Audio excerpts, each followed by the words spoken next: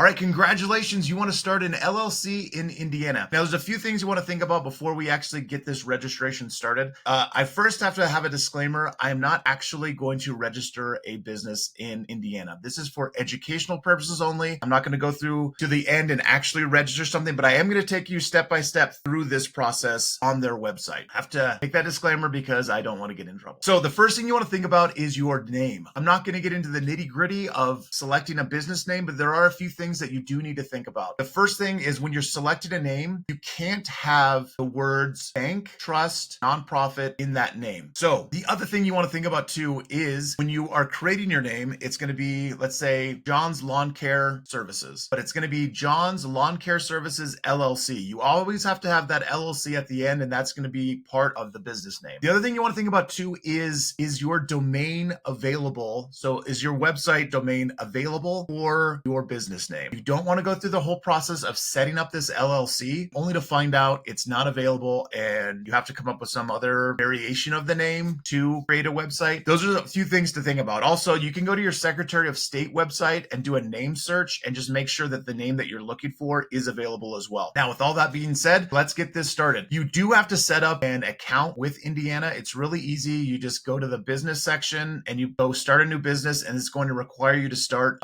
or to create an account. And all that it's going to be is your email address and your name and your address. So once you have that, you get to this section. So this is the dashboard of the website after you have an account. So what you're going to do is you're going to go to Start a Business Now, click on that, and then you're going to hit Next, and you're going to hit Frequent User, and you're going to select the correct ones. You're going to select a domestic limited liability company, because domestic meaning in the United States. And then you're going to hit Continue. It's going to ask you if you've already reserved the name for this business. No. And so this is where you're going to put the business name that you so creatively have come up with. It'll let you know if it's available, and it is. Great. So if you want to have Billy Lawn Service LLC, it is available. So hit Next. And in this section, you're just going to put your business email, confirm the email. So we'll put that in real quick. I won't make you watch me do this. All right. Now that you have your email in there, it's going to ask you the period of duration. You want perpetual because your business is going to go on forever. You're going to have a successful business. You got to think positively here. And the effective date you want to do today. So you're going to have the effective date be today. And then it's going to ask you for the principal office address. That is going to be your address. Now, if you already have an office set up or you have like a warehouse or something along those lines, you could put that address, but it's going to be one of those places that you want to have on file of where your business is actually going to be established. So I'll fill this out and then we'll get to the next part. All right. Once you have that information in there, you're going to hit Next. Now, this is the part that threw me off the first time I started an LLC. I didn't know what a registered agent was. It sounded like something very official and professional, and I needed to find someone who got a degree in doing that and being an agent. But all the registered agent is, it is you. You're going to be the registered agent. The registered agent is the person that's going to receive all the legal documents, the notices, the business documents from the state of Indiana. So Indiana just wants to know, where are we sending those documents? They're going to send them to you. So you're going to hit individual and then create an agent. And then you're just going to put in all your information here. So I'm going to do that, and then we'll get to the next part. All right, now that we have our registered agent information in there, we're going to hit Next. It's going to ask you if the LLC will be managed by managers or the LLC, or is the LLC a single member LLC? Just depending on how you are setting up your LLC. If you're the only owner of it, you're going to hit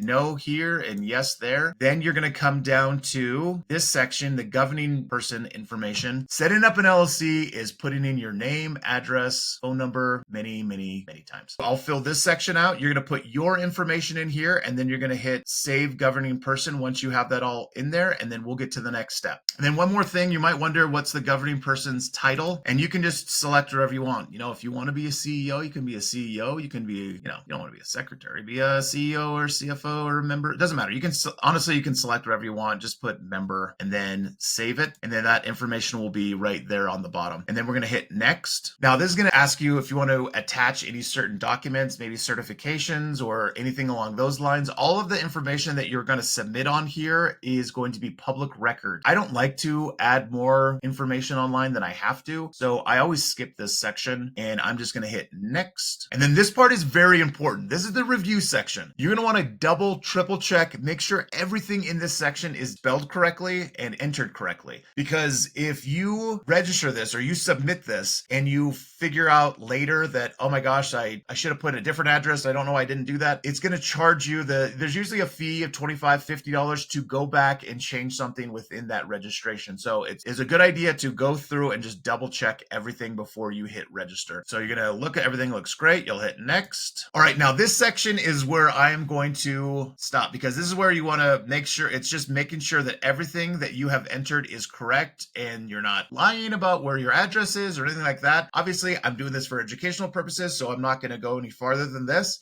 So you're going to click all these boxes. You're going to hit add to payment cart. It's going to take you to the payment page where you're going to put in your credit card information, and then you're going to submit this registration to Indiana. Now, once you've submitted it to Indiana, it'll send you a confirmation email letting you know that they got your submission. And then depending on your states, it usually takes between 3 to 7 business days for them to process that. And then once it's processed, it will send you another email and you will have your articles of incorporation, which are very, very important. The articles of incorporation, you need those to set up the next step of establishing your business, which is getting your employer identification number. So your EIN. And your EIN is very important because you need that to open up business bank accounts, hire employees, pay your taxes. You have to have this. Once you have that, you can move on to other steps of building your business. But the same companies that will charge you hundreds of dollars, or at least make you join and pay annual fees to set up your LLC, also claim they'll help you with setting up your EIN. But a lot of times they'll charge you $50, $100, $200 to set that up. The EIN is really easy. Click on the link below. I have a video that shows you exactly how to set up your EIN. And not only that, but we also have a business starter pack that's a one-time fee. You don't have to pay anything else. There's no more upsells. And it includes all the information that you're going to need. It's going to have all the documents that are editable and you can customize to your business. Documents like an operating agreement, which you need to have as well to open up a business bank account and to get insurance. There's a lot of different reasons that you need your operating agreement, but legally it's very important as an established business. It's also going to have non-compete agreements. It's going to have non-disclosure agreements. It's going to have non-disparagement agreements. It's also going to have templates for invoices. It's going to have templates for if you need to send over to a customer. It's going to have templates for estimates when you're sending those over to customers. Everything you're going to need is in this document. The other thing it has in there also is it goes over all of the different aspects of owning a business. How are you going to hire your first employee? Where do you find employees to hire? How do you onboard them? You know, with owning a business, you're eventually going to have to fire someone. So how do you fire someone? How do you protect your business legally from lawsuits? All of that information is in there. I've curated all these documents over 15 years of building businesses. Not only that, but we also have a group of